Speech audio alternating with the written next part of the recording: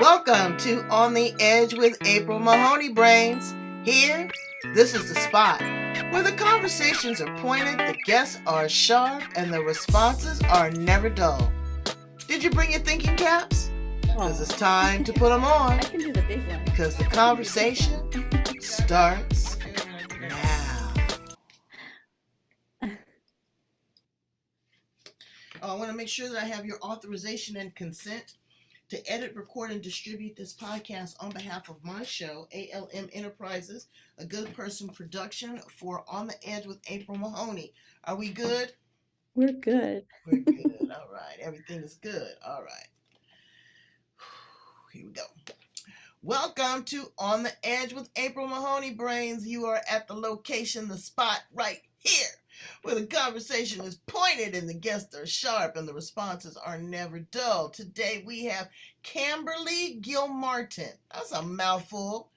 This is her first podcast, Brains. And we're gonna wing it. She's got a lot of great information.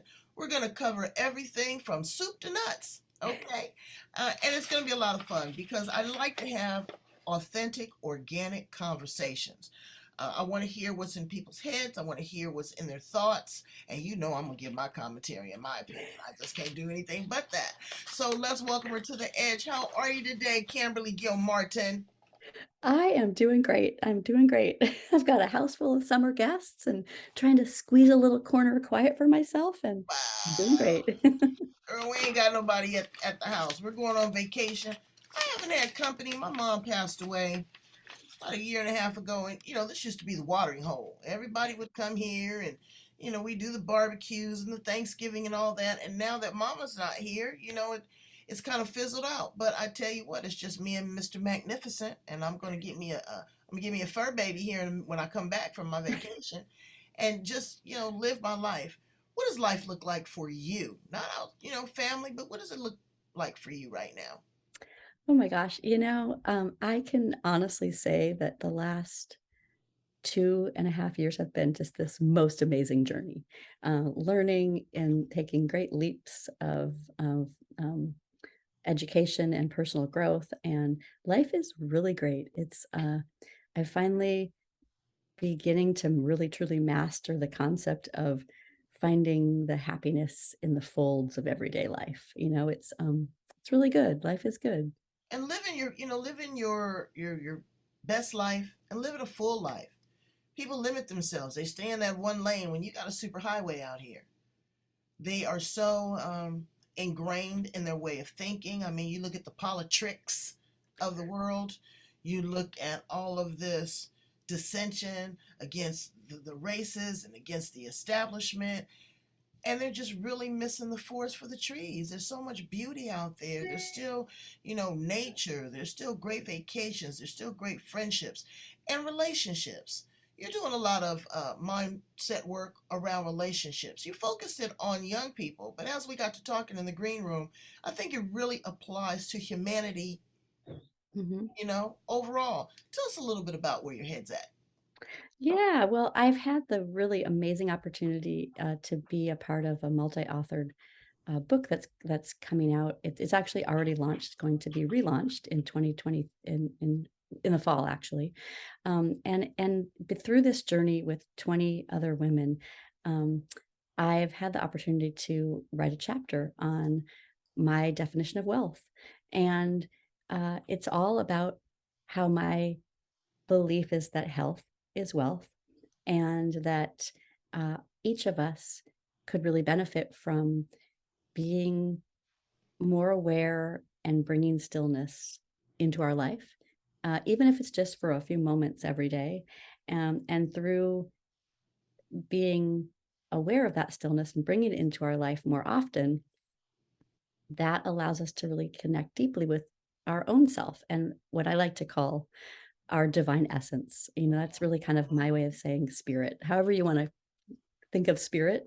There's so many different ways, but and then on a deeper level, that like once we're able to connect to our own spirit within ourselves, that then we're actually connecting to everyone. And there's just something about that mindset that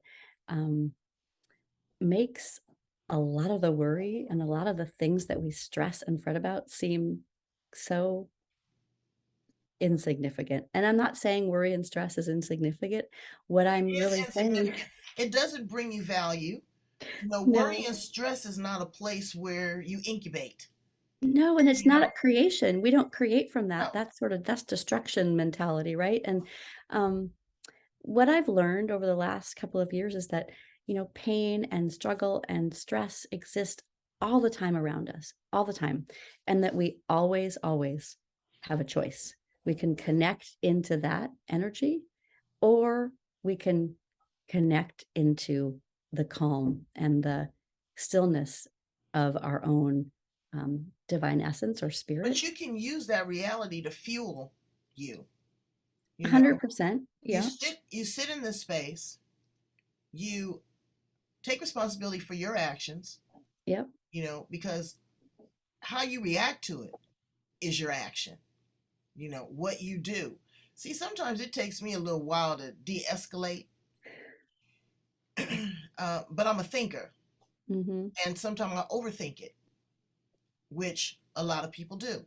And Yep. then you have that negative self-talk. Yes. You have to go in 100%. there and do the work and reframe it, change 100%. that neuro-linguistic programming. Mhm. Look for the other person's point of view. Just for just a second, just slip your stuff in their stuff and see really where there's a common denominator. You got to meet people right where they are. Yep. Sometimes people are in outer space. Yeah, and yes, exactly, and not only do you have to meet people where they are, but I also find it really helpful to, no matter what the scenario, and sometimes, believe me, it is so difficult, but you've gotta attempt to get yourself into empathy and gratitude for whatever the other person's going through. Because I Right. find that the moment I do that, then all of a sudden, all that energy, all that angst or anger or whatever the emotion is I'm feeling, it's gone out of me, and I don't have to carry it or hold it forward anymore. I can be in joy, and I can have the empathy and gratitude, for I can have the empathy for the other person and all that they're going through, but I can stay in gratitude. And that is so powerful for me. It And, is. But then sometimes, Camberly, you got to cut a joker off too. oh, that yeah, that that, takes courage. A yeah, lot of people just go along to get along. yep, I don't mess with you. I'm gonna love you in that space, but in yep, that space, when yep, we go to another space, I may not necessarily take you along with me. right. No, I agree. I've been actually just said to my mom just this morning, we were having a little chat because, families, families, I know, and you got we them all are. at your house. We love each other so much, but boy, we give each other so much, you know what, because we know we'll still be there mostly for each other, right? But yeah, I was just saying to her, I was saying, hey, I choose not to live at the vibrational level of anger anymore. Like it's Right. a conscious choice, right? If people want to be in anger, then that's their choice, but I don't choose to live there in that place. I choose to feel it, experience, and let it go and turn it into gratitude or turn it into something else. Not that I'm saying life has to be all positive because we know it's not. But again, we always have a choice to either connect in and hold on to the negativity or the calm, stillness, creation energy, the divine feminine essence within us, which is in all of us, man or woman, right? So, It really is, especially in this age of Aquarius. It's a mhm, much gentler time. We're trying to get through this lunar vortex. right. And I'm telling you, it's tight. It's not this big portal that we think. It's just like this little cylinder. And Hmm. everybody's trying to squeeze through there, and they're taking their stuff with them. But just like when you die and go to heaven, you can't take everything with you. I've never seen a hearse, uh, with a U-Haul attached next to it. It's just not going down that way. No. And dignity and respect starts with self. You Hmm. can't respect somebody else if you don't respect yourself. How Exactly. you Yeah. carry yourself, your conversation. I just posted one of my older shows on profanity. Hmm. I was in the store, and this woman, I'm telling you, every other word was, and she was talking to her kid. Oh, Every other word was something horrible, and I just yeah. really just wanted to just have a conversation with her. But you got to stay in your own lane. Hmm. But if she did that self work, because what she's doing is she's creating epigenetics. Yes. Somebody talked to her that way growing up, and somebody Hmm. talked to her parent before that. Yep. Yep. But she couldn't see it, she couldn't hear it, and the little kid was just kind of like cringing, like, wow, why you gotta come at me like this? I just wanted a toy. You're right. It's So anger, right? It's anger, it's pain, and then we're passing it on. That's what I believe that the self work and brings in the awareness, like I was saying to you earlier, just before the call started, it brings on the awareness that actually our actions, they create ripple effects in the planet.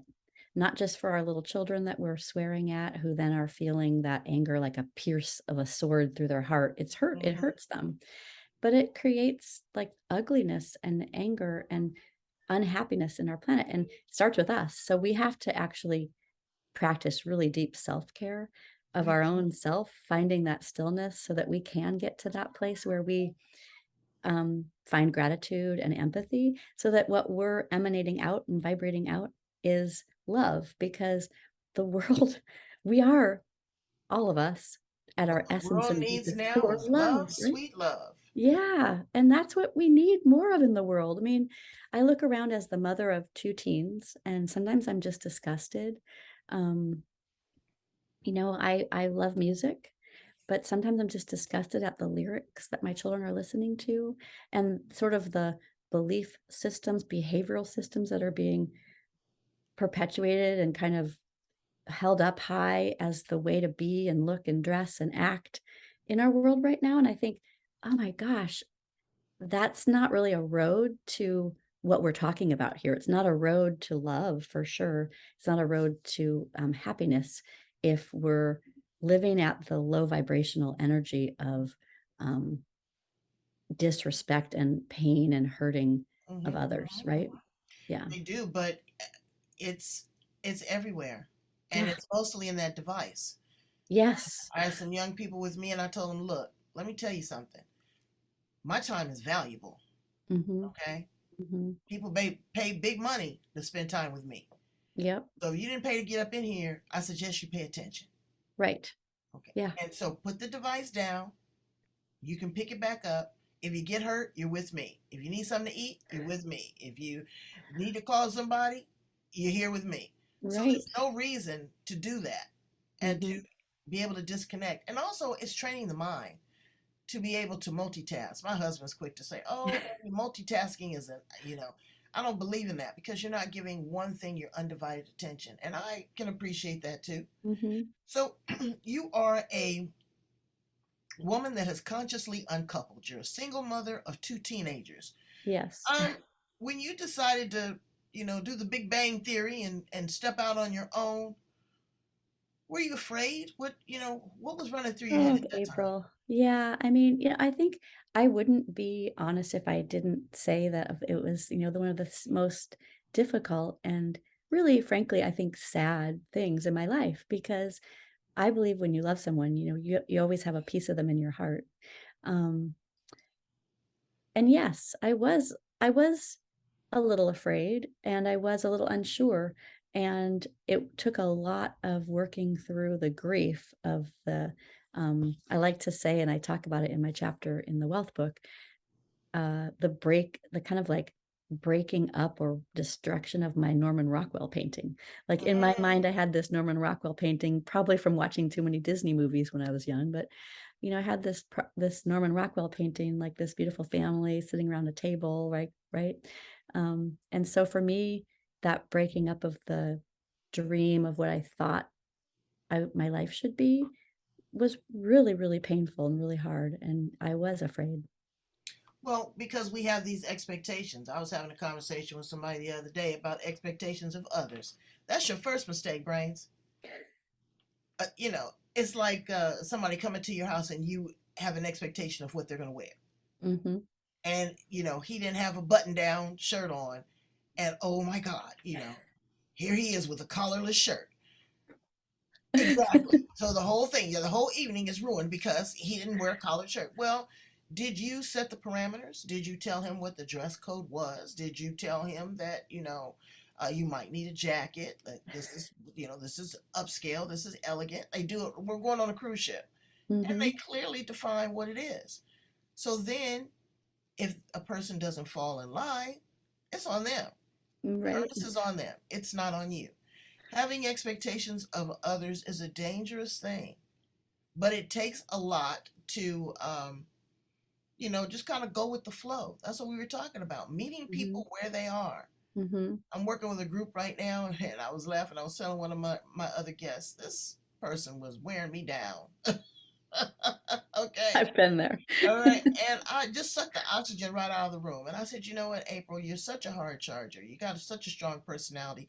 Why don't you dial back on that? Yeah. Why don't you just sit here, be quiet, and observe? Come to find out, the skill set that they have is something that's not my forte, something Mm-hmm. that I don't want to do. And Mm-hmm. now I'm able to delegate. I've got their buy-in, and now it's beautiful. I don't have to be bothered with anything because now I keep them busy. Right. But that's with your children. You got to strategically spank them behind. You know? You don't have to put your hands on them, but mentally, you got to be up on the game because they're not smarter than you. Mm-mm. They think that they are. Mm-hmm. With relationships with a spouse, I've been married 38 years to Mr. Mm-hmm. Magnificent, and I Nice. absolutely adore it. But it's a Mm-hmm. chess game still, you know. Yeah, it is. But he knows that the queen is the strongest piece on the chessboard. Okay, and you got to take your power. You got to teach people how to treat you, Camberly. You can't just go for the okey doke. Wouldn't you You agree? do. You do. In fact, yeah, I mean uh that's a great line because actually thinking back on my marriage, I felt, that's something that I take full responsibility for. I didn't teach my husband how to treat me. I didn't even know. Um, I didn't even sit down and think about how I should be treated. And I let things happen that I should have stood up for, and things probably maybe may have been different. But yeah, it's taken me too long in this life to understand that, yeah, you know what?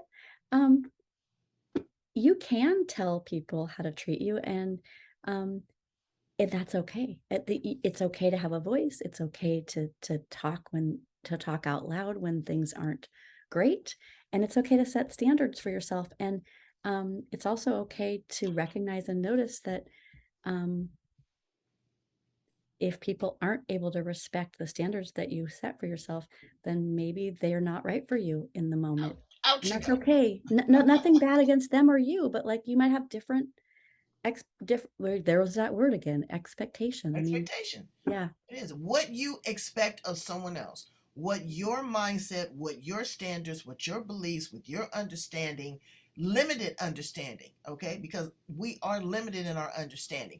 There is so much that we don't know. I'll use racism. Yep. People just don't like folks for the color of their skin. That's how they came out the womb. You don't have any choice. But have you even tried to have a conversation with them? Have you tried their food? Mhm. Have you tried their neighborhood? Have you listened to their plight and understand that we are more alike than we are different? 100%. Yeah. Yeah. And they don't do that. They don't expose their children to other things. Mhm. They don't take them on vacation. We were just talking about travel. Yeah, there's some culture shocks, but I tell you, Yeah. when I come back to the good old USA and I get off that plane, baby, I want to kiss the ground. Yeah. With all the kerfuffle that's going on in the world, this is still the greatest country in the world. It's a pretty great country. It is because of the fact that we have the choice to think free. We're a free country. It's Exactly. amazing. And yeah, I will going back to your comment um about going even not really racism, but taking it even a step further back to what you said about being more the same than different. That is so true because that goes right back to my point that I try to make in the chapter. We actually really are all one. Like the skin color, the body shape and size, the food preference, like it doesn't really matter. Like in the inside, we're all the same. And if we just as a overall global population would like spend some more time on ourselves, getting ourselves to our own divine essence, like if we could get there, wow, what an amazing planet we could have if we didn't ever want to harm another Right. human being But you ever. know what? We can kind of agree to disagree because I don't think that we're all the same. No, we're not We all have the same. We're not all the same. we have the No, no, no. similarities, and Beautiful so differences. Yeah, right, and people don't appreciate the difference. exactly. You Yeah. know, they don't appreciate the difference. Could you imagine if every bowl of pasta tastes the same? Yuck. No, Or yeah, every flower in the garden was the same? Boring. yeah, yeah, Or, you know, every movie was the same. right. So Yeah, there's variances. So what we need to do is allow ourselves the bandwidth and the capacity and the willingness and the openness to say, hey, you know what? Let me explore something new. Now, that's not to say that you're necessarily going to like it. And we right. all have our prejudice. And then we're Uh, not necessarily talking about people, but there's yeah, certain, less like okra. I right. can't stand okra. Oh, But when my mother was alive, my mother would like corn, okra, and tomatoes together. mhm. And I'm telling you, she died and I was 57 years old. And she would still ask me, baby, you gonna put a little okra on your plate for mama? And I'm like, no. But I'm Mm. gonna prepare it. And she said I made the best corn, okra, and tomato in the world because I Oh, made it with love. Everything yeah, you do, we have to prepare with love. So let's ask some fun questions about yeah. you. What planet are you from? What planet? That's funny. I obviously, I actually think I'm probably, if I could choose a planet, I would say Venus. Mm, I'm from Jupiter. I'm out there. I got all these rings of energy around me. I'm bright. I'm vibrant. I'm drawing you in. Oh, yes, absolutely. Camberly, if you were an appliance in the kitchen, what appliance would you be and why? Okay. That's a great question. I think I would probably be my Vitamix blender. I can't tell you how many people want to be a Vitamix. They love the look of, you know, the Vitamix does everything. It mixes, it blends, it can be hot. You can make some ice cream or some sorbet out of it. I like the Vitamix, but I want to be the refrigerator. Yeah, keep it cool. Yeah, and just chill. I love that. Well, I want to be the Vitamix because um, it offers me my superpower, which is my green smoothie every day. And without it, I mean, it just keeps me calm and focused and going. And so um I like that's why I choose it because it's sort of my staple item. Okay, you're beautiful, you know, vivacious. What are you looking for when you find love again? Well, I am in a relationship right now, and what I love most is just the support. Um and not in a like, oh, I have to have support like way, but just the constant questioning of like, what can I do to support you? Which I love. I love, and I like to do that for him as well. Um, Kindness is super important to me, and sense of humor is like at the top of the list. Oh, Also, women just love somebody that can make them laugh. Okay, and yeah, and flexible, like flexibility, not non-rigid, growth mindset, loves to have a sense of adventure. Like life is short. We gotta have fun. Like, of course you gotta be serious, but can you make the serious things have a little bit of fun too? I mean, just let having enjoying life, bringing joy into life. what did you discover about yourself? How did you evolve from where you were to where you are now? I discovered that I needed to do a lot of work. Hmm, I needed to do a lot of work. I think that you know, becoming our best self, it's hard work. it's It ongoing. it's committed hard work every day. It never stops. It's sort of like parenting, or you're having a relationship, or your career. Um, I learned I really had to like commit to hard work consistently, and also I really had to.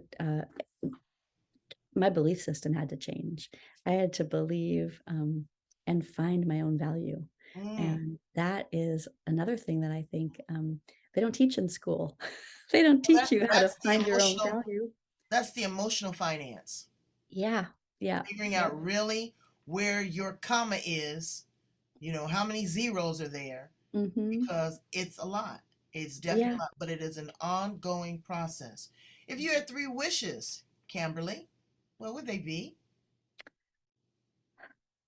I would wish, first of all, that everyone could experience what it feels like to really connect with their own one beautiful beating heart in stillness and really like truly feel that essence once you're connected there and the knowingness that comes with it that like everything is okay and you're exactly where you're meant to be and you are um, like valued and worthy and loved and important. I want that would be my first wish. If everyone could feel that, that would make my heart so happy. Secondly, gosh, I would wish no more war ever in the world, no more wars. And thirdly, I would wish that everyone had access to wholesome, clean, bountiful, beautiful food and water, and that we would care for the planet from that place Well, of it love. looks like I got it. I got Right. access to a menu, baby. What are three things that you cannot live without? I cannot live without my morning smoothie. Absolutely. It, like I said, it's my superpower. I could not live without my family and friends, um, and my relationships and my little my fur all my fur babies. I love Mm, and nature and my fur babies. Like I they know just there's fill me nothing up like a every day, every day. nothing like the kiss of a fur baby. I'm telling you, it's Yeah. just and the Yeah, love or and a when they walk. Yeah. nestle up under your neck. Oh my God, I'm just a And the little flubberlush. sounds that they make, the little Yeah, sounds they make. I mean, yeah, they're I love people, but, like, there's just something about animals and the way they something about communicate with animals. us. That So pretty. nonverbal communication. Yep. People run their mouth too damn much, Kimberly. I Really, know. just sometimes Sometimes there's no just need for words, right? exactly, just sometime and just sit there and just listen. You would be surprised at how much you can intake, how Yeah. much more influential you can be if you are a good listener. And it's Yes. it's a difference from listening and hearing.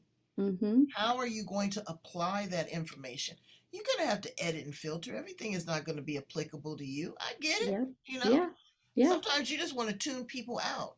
But when you tune them out, you do yourself a disservice because you're Mhm. missing key information. You're Mhm. missing a different perspective, Yep. you know. And Yep. so, again, you cannot be powerful unless you have all the information. Right, which comes right back to my point of, like, creating stillness and connection to yourself because there is you wanna talk about power? That's Exactly. where the power is. That's exactly It's where it like is. infinite, infinite power and energy, Exactly. right? Yeah. Well, you have been such a wealth of knowledge, and I just like, again, like I said, a good, wholesome uh, conversation. You've poured into me so much. I want to ask you one last question Yeah. about your philanthropic efforts. I know that the project that you're working on is going towards charity. What are some of the things that you look for when you pick a group or an organization to donate to? And that could be your time, your energy, Yeah. your money, your space.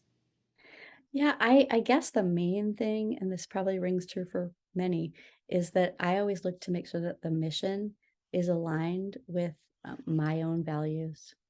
So the mission of the organization or the group or the team is aligned with those values within myself, which, they kind of speak and echo back to children and the planet, healthy food, and caring for our planet and love. And if I see those things, then I'll take a further look. And then, of course, everything has to be coming from the same energy that of love and of goodness.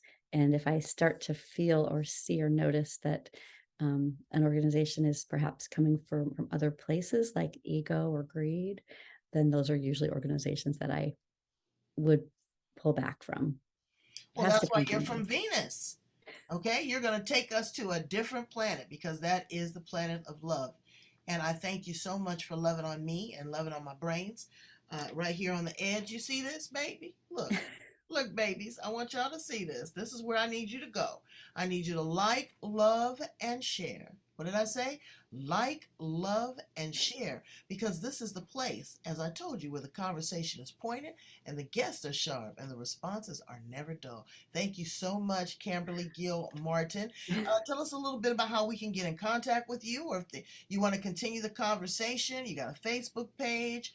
We want to watch for the relaunch of this magnificent masterpiece of literary work that's going to be coming out. How do we get in contact with you? Well, you can find me on LinkedIn under my name, Camberly Gilmartin. I'm always there. Also on Facebook under my name as well. I also am an Instagram user. You can email me even at camberlyg@gmail.com if you want to do that. The Wealth Book is, you can find that at www.live.com or wgwbook.com right now. And again, that book is out in its as we're saying, its relic stage at the moment. It's going to be re-released, but I'm not sure if I'm allowed to talk about that yet. So Well, that's it'll be okay. re-released. We have something to look forward to, the relaunch of that, and that's a blessing because sometimes people don't retouch it, you know. Right. So now Yep. you've retouched it, you revised it, and you've elevated it like you've done our heart. Thank you so much, and I appreciate you. Thanks for being my first ever podcast. You're awesome and it was so fun. You're the best. That's what he said. I'm sure. Enjoy your vacation. Thank you. Bye, Don't Brent. eat too much pasta.